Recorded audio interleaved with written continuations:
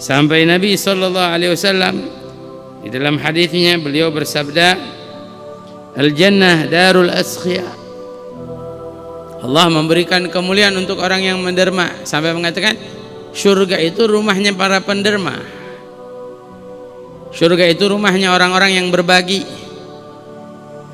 Surga itu rumah orang yang senang bersedekah. Itu surga rumahnya. Makanya ketika kita menginginkan surga, mengharapkan surga, jangan pelit. Allah kasih kita rezeki, jangan pelit. Seberapapun kalau bisa ada, usahakan dari rezeki yang masuk ke dalam kantong kita itu ada yang kita sisihkan. Kita sisihkan untuk kita sedekah. Kemana misalkan ke sana?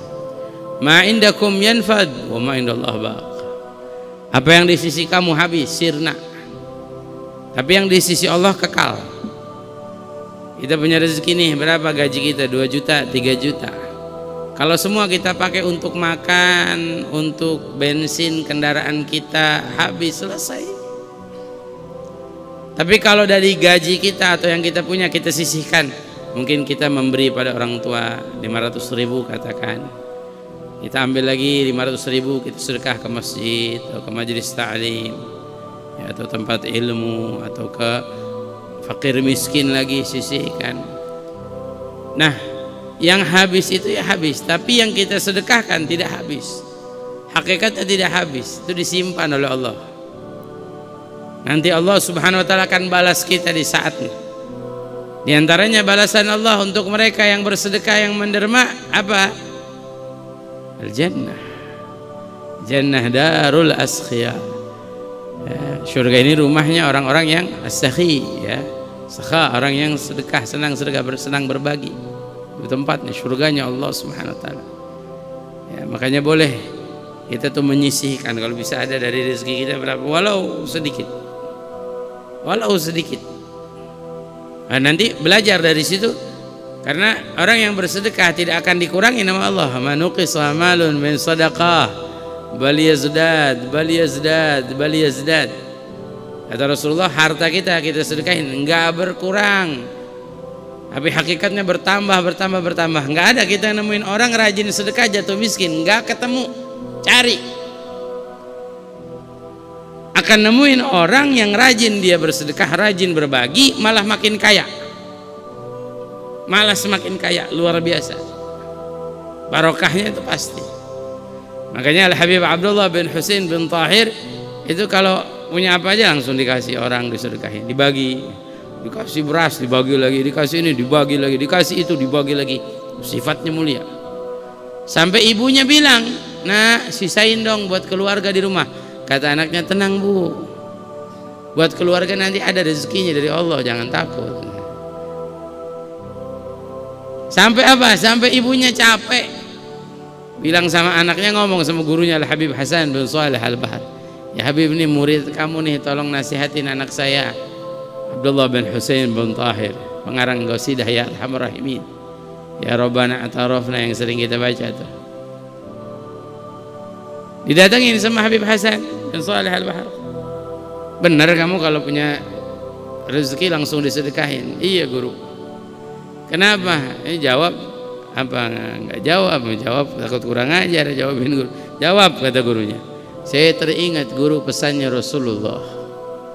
Karena Rasulullah pernah berpesan, manuqisa malun min sadaqah bal yazdad bal yazdad bal yazdad." Harta tidak akan berkurang kalau kita sedekahkan, tapi bertambah. Ini janjinya Rasulullah. Shallu ala Nabi. Janjinya Nabi Muhammad. Oh subhanallah loh. Mudah-mudahan Allah kasih kita rezeki yang melimpah. Kita bisa pergi haji, pergi umrah, bisa ziarah ke Hadramut. Anda boleh ziarahin, cari nanti kalau ziarah ke kota Tarim tuh cari mana kota Masileh, tempatnya Al-Habib Abdullah bin Husain bin Tahir. Itu sampai sekarang sekampung rumah paling bagus rumahnya beliau, padahal nggak ada yang ninggalin. Paling bagus. Selebihnya rumah masih tanah, dia doang yang rumahnya dipelur. Orangnya nggak ada. Allah abadikan tuh, orangnya udah nggak ada. Tapi karena apa? Karena dermawan luar biasa. Hakada sifatnya orang-orang soleh itu begitu.